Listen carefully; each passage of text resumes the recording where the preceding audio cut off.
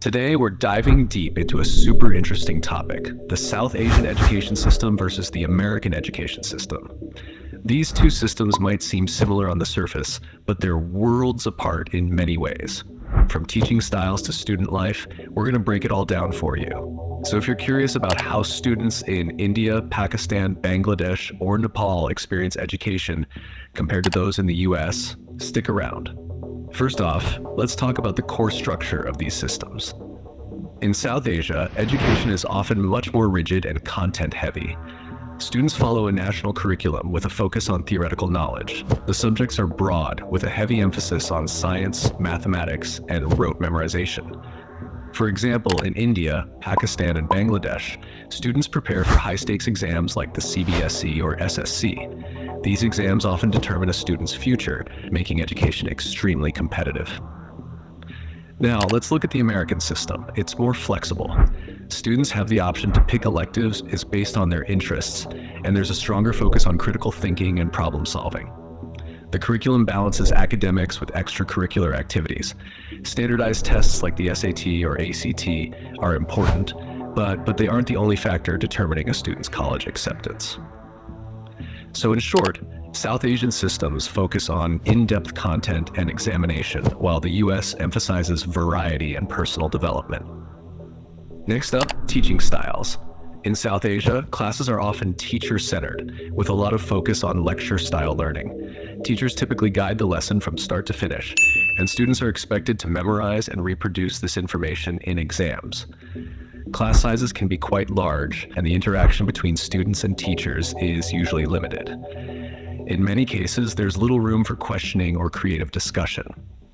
In contrast, the American system encourages a more student-centered approach. Here, class sizes are often smaller, and there's a greater emphasis on interaction and group activities.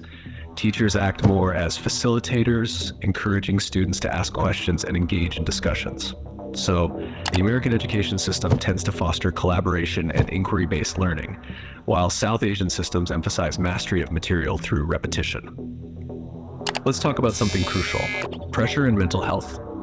In South Asia, the pressure to excel academically is intense. Many students feel the weight of family expectations and societal pressure to succeed, especially in careers like medicine and engineering. In India, Pakistan, and Bangladesh, the obsession with high exam scores has led to a culture of cram schools or coaching centers, where students spend extra hours after school preparing for exams.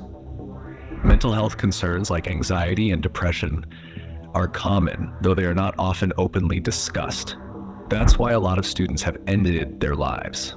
In the US, there's pressure as well, but schools often place a greater emphasis on mental health awareness. Counselors are available, and many schools have wellness programs to help students manage stress. Additionally, there's more focus on a well-rounded education that includes arts, sports, and community service.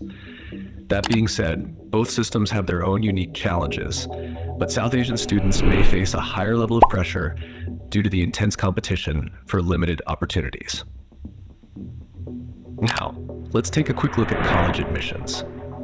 In South Asia, getting into college or university is all about scores.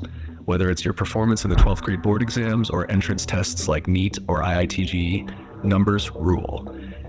In Bangladesh, almost every student joins heavy-budget coaching centers to crack the entrance of top universities.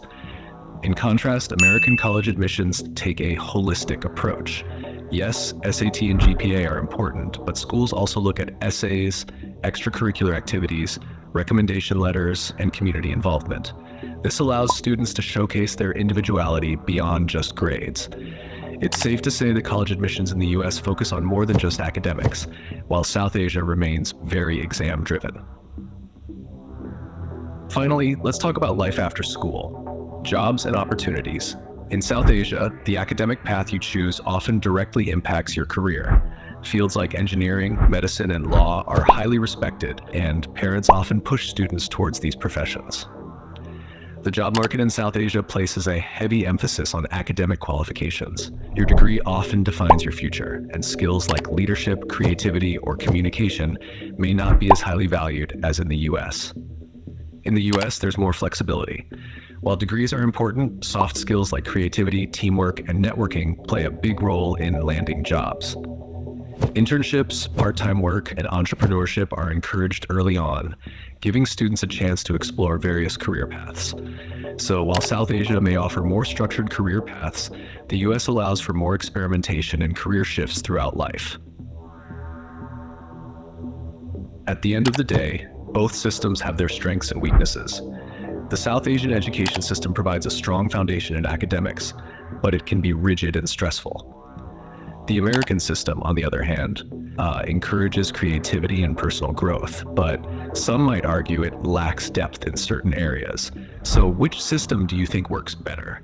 Have you experienced one or both of these education systems? Let us know in the comments below. See you next time.